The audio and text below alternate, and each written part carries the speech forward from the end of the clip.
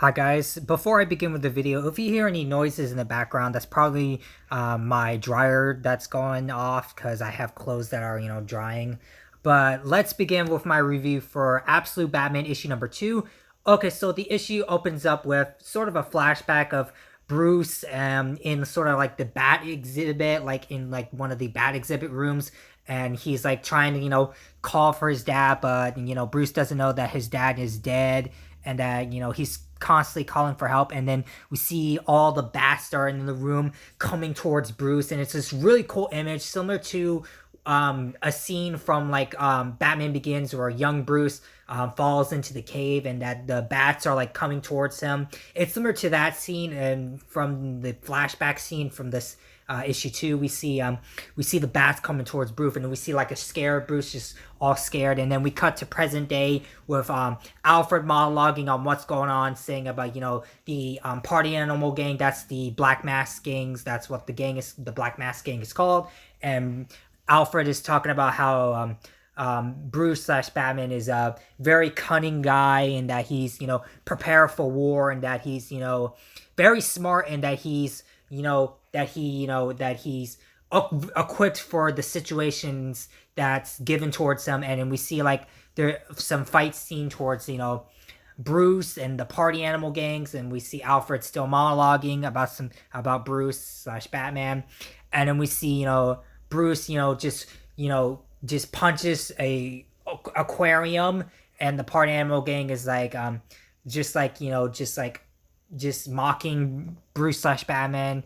And then we see Bruce puts out like a pellet, and this pellet is like a miniature acid like thing.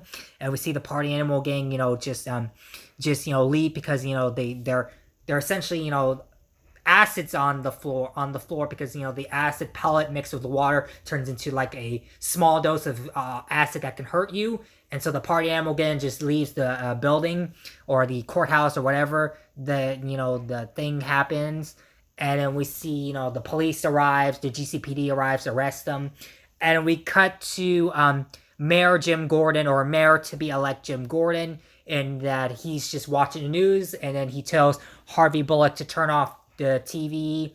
And we see Barbara's there. We see when we see Harvey Bullock just talking to Jim, along with Barbara just talking to her dad about how the Batman saved them.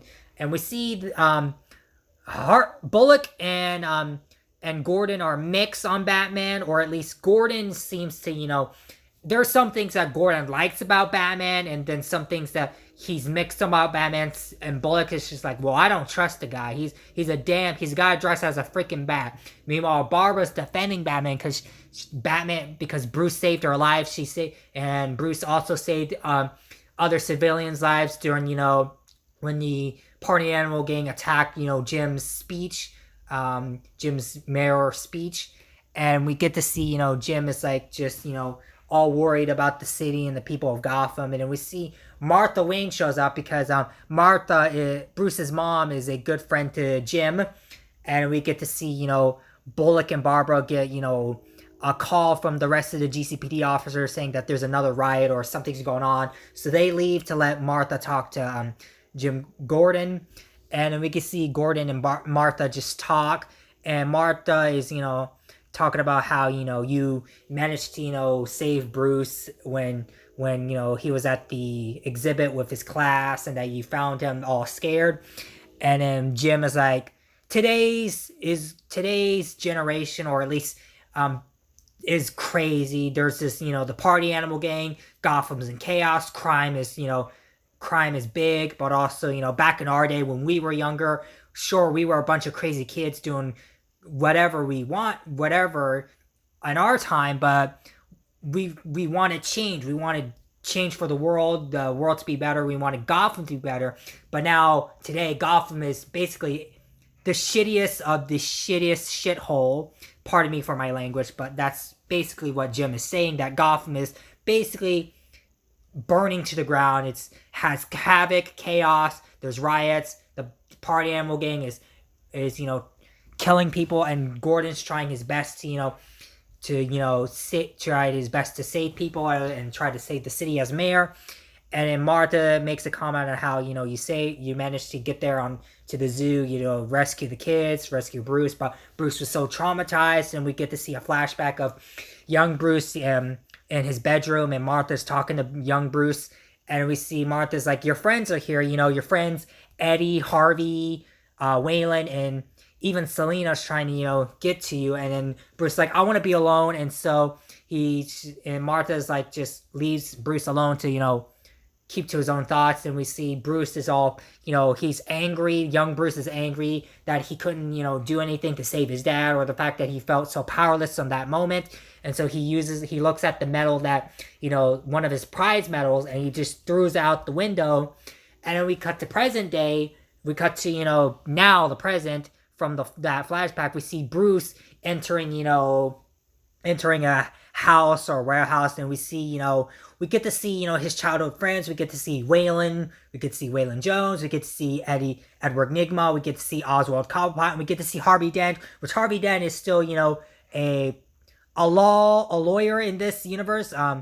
Usually in like other Elseworlds or even the main universe, he's either a lawyer or a district attorney. Here, he's a lawyer. Similar to the Batman Caped Crusader version of Harvey, he's more or less like a lawyer or whatever he was in Batman Caped Crusader. Similar to the thing. This Harvey's a lawyer. But we get to see Bruce talking to his childhood friends, that being most of the classic rogues gallery that we know from the main universe, the Prime universe.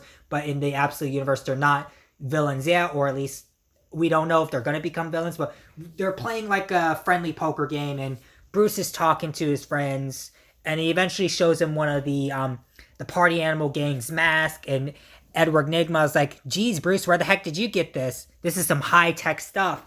And Bruce is like, well, I work for, cleaning up, cleaning up the mess that the Party Animals left, and, my contractors, or, the workplace I work there, clean up some mess, and I brought this, and I thought I'd show you guys this. And also, Eddie, you're a tech guy, you're a tech whiz. Can you figure out what's on this, or what kind of technology this is on?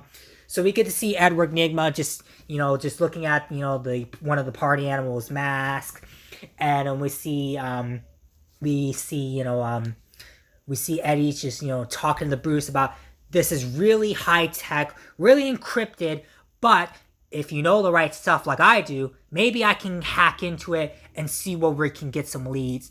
And even Harvey Dent is like, well, Bruce, you haven't talked to us for a while, but also you should be really careful with this stuff. And also, like, you should be very careful. And, we missed you, Bruce. Like, we care about you. And Bruce is, like, being silent. And that it's a really touching scene. And even Harvey Dent is, like, being a little bit, like any other version of Harvey Dent. Smart, charming, smug at the same time. And just really charming guy. I wonder where he'll become. But the point is that, Bruce is talking to his friends. He's eventually, gets some information out of Edward Nygma. And then I forgot to mention, there was also a panel or a scene where Alfred, basically, talks about how Bruce has multiple stashes, has multiple bases / bat caves in the city of Gotham, in the era of Gotham. And he managed to, decripple the defenses, and we eventually found that the Party Animal Gang, another members of the Party Animal Gang, managed to finds Bruce's Batcave, that being the tall building that was in the first issue of issue 1, and they just burned to the ground, and Bruce is pissed off in the scene, and Alfred's like, well, I guess it's time for me to do some more work. And then we eventually cut to Bruce, Bruce as Batman sneaking to Hamilton Hill. That's the person that's, going against Gordon, Hamilton Hill. You might recognize him from Batman the Animated Series and even the Arkham games, and even from most of the comics or whatever. But Hamilton Hill in the Absolute Universe is corrupt, and also he's working for Roman Sionis / Black Mask. And we get to see Bruce doing some, digging on Hamilton Hill's, computer, and he found some secret files. And then he eventually finds this one file, and in it, a message from Black Mask plays, and Black Mask is like, well done, but also, you fall into my trap. I'm gonna kill you now. Let's see how you get out of this, Batman. And we get to see more of the Party Animal Gang just shows up, and one of them shows up with a bazooka, and eventually Alfred shows up, and he basically saves Bruce, and eventually, you know, they escape the building, and we get to see, you know, Alfred's like, look, I got a car. If I can escape, we can escape, but we have to go this other way. And Bruce is like, no need, because we're already in my car.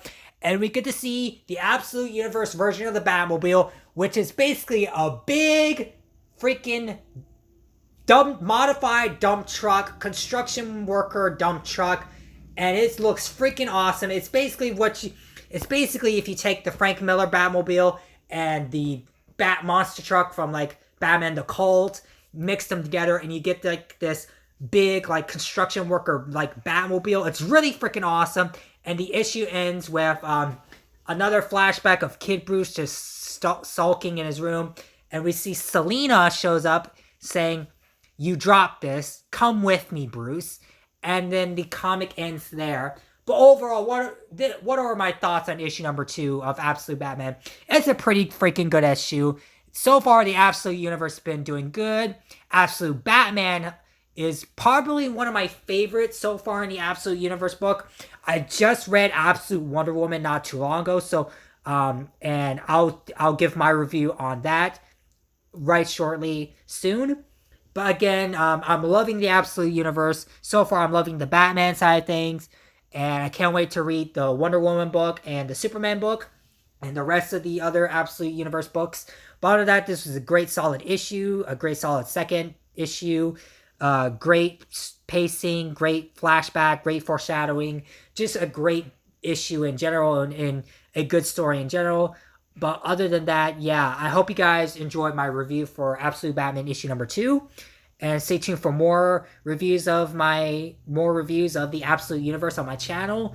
And stay tuned for more videos like this. And just stay tuned in general. I hope you guys like and enjoy this review. Also, that's pretty much going to be it for this video.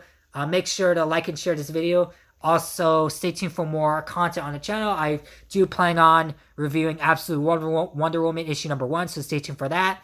And I have another video that I'm working on. It's a pitch video for a Absolute version of Robin, so stay tuned for that. And also stay tuned for my part 4 of my walkthrough of Batman Arkham Asylum, so stay tuned for that. And stay tuned for more content on the channel. But yeah, make sure to subscribe to the channel. By subscribing to the channel, you'll be really supporting me as a content creator and really supporting the channel. And stay tuned for more videos, and I'll see you guys in the next video. Bye, guys.